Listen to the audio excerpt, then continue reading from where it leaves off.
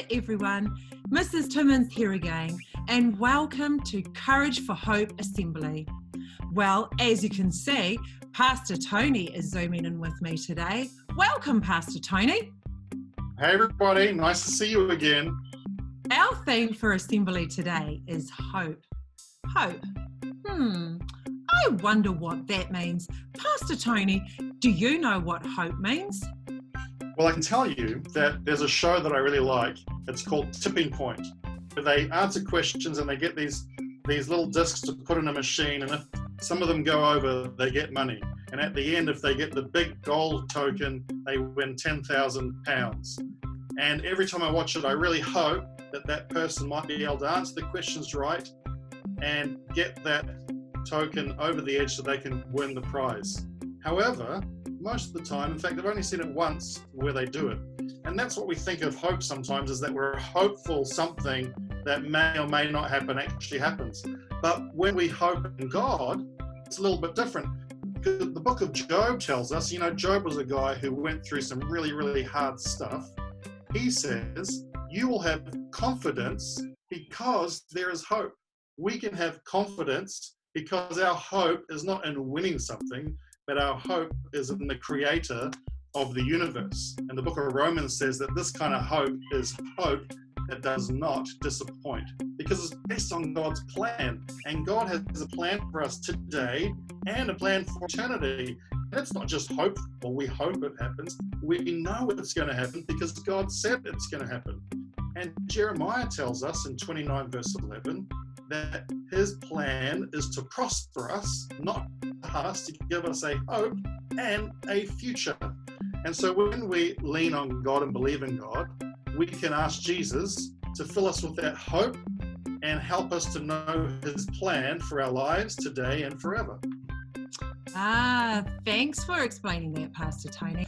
So hope is talking with Jesus every day and being confident that he is working in and through me to carry out his plan. Is that right? That's right. It's all about his plan. Right. So I guess I could be looking at questions like, well, I wonder what new adventure God has for me today. Yes. Right. Okay. Or, I wonder what God is up to in this or that situation. Right. Because we may not always see the beginning from the end, but God always knows, and he always has the best plan. I've got an idea. Let's have a challenge. Do you like challenges, I love Mr. Tony? Yeah. Oh, yes, challenges are great. Right.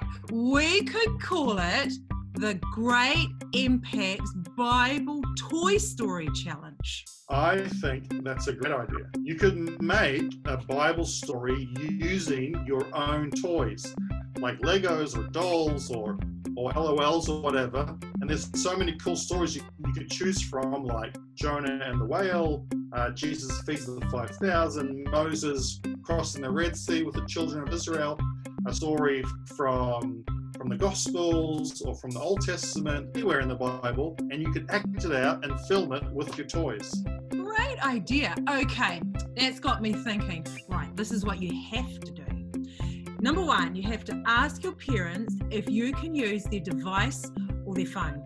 Number two, you have to record your favorite Bible story using your toys. Just like Pastor Tony said, you could use your LOLs or your Lego, whatever you want, whatever toys you have and whatever resources you have at home.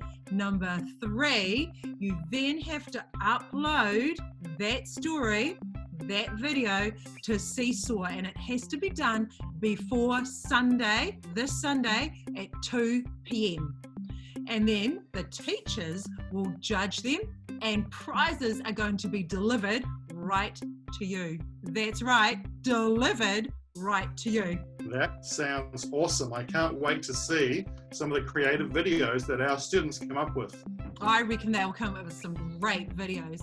Now, I know that Stella Bree and Javan made a little video about David and Goliath, and they used their Lego because they love playing with Lego. Now, you can watch it and get some great ideas. Ka kite ano, everyone. Ka kite ano. One day, David's dad said, take this food to your brothers who are fighting the Philistines. And so David took the food to his brothers. Bye, Father. So David took the food and he walked all the way to see his brothers. When David arrived at the Israelites' army camp, he saw everyone sitting around looking very sad. Everyone said to him, "There's a big giant Goliath in the other army." David said, "We don't need to be afraid. We have hope because God is on our side." and as the brothers were eating their food with David, they heard the big noise of Goliath.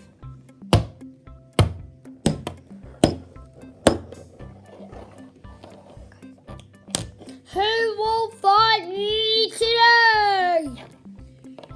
And all of the Israelites were scared, and they ran and they hid because Goliath was so... I will fight him in the name of the Lord. I have hope that Jesus will give me the victory. So David went down to the brook and gathered up 5 stones.